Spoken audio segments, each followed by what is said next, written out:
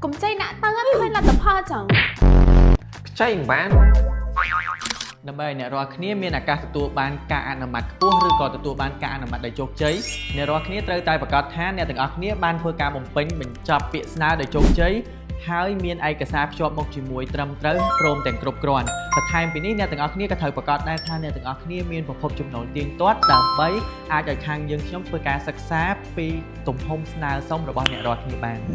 ហើយនៅក្នុងករណីដែលអ្នករាល់គ្នាប្រកាសថាពាក្យស្នើសុំកម្ចីរបស់អ្នករាល់គ្នាបានភ្ជាប់មកជាមួយនឹងឯកសារគ្រប់គ្រាន់ព្រមទាំងត្រឹមត្រូវហើយពុំទទួលបានការឆ្លើយតបពីក្រុមការងាររបស់យើងអ្នកទាំងអស់គ្នាអាចធ្វើការទំនាក់ទំនងមកកាន់ប៊ូតុង support ដែលមាននៅក្នុង WeMoney Mobile App ដើម្បីជួបពិភាក្សាជាមួយនឹងក្រុមការងារបច្ចេកទេសទាក់ទងជាមួយនឹងការឆ្លើយតប feedback អតិថិជនបានដោយផ្ទាល់តាមរយៈ Telegram របស់ក្រុមការងារ support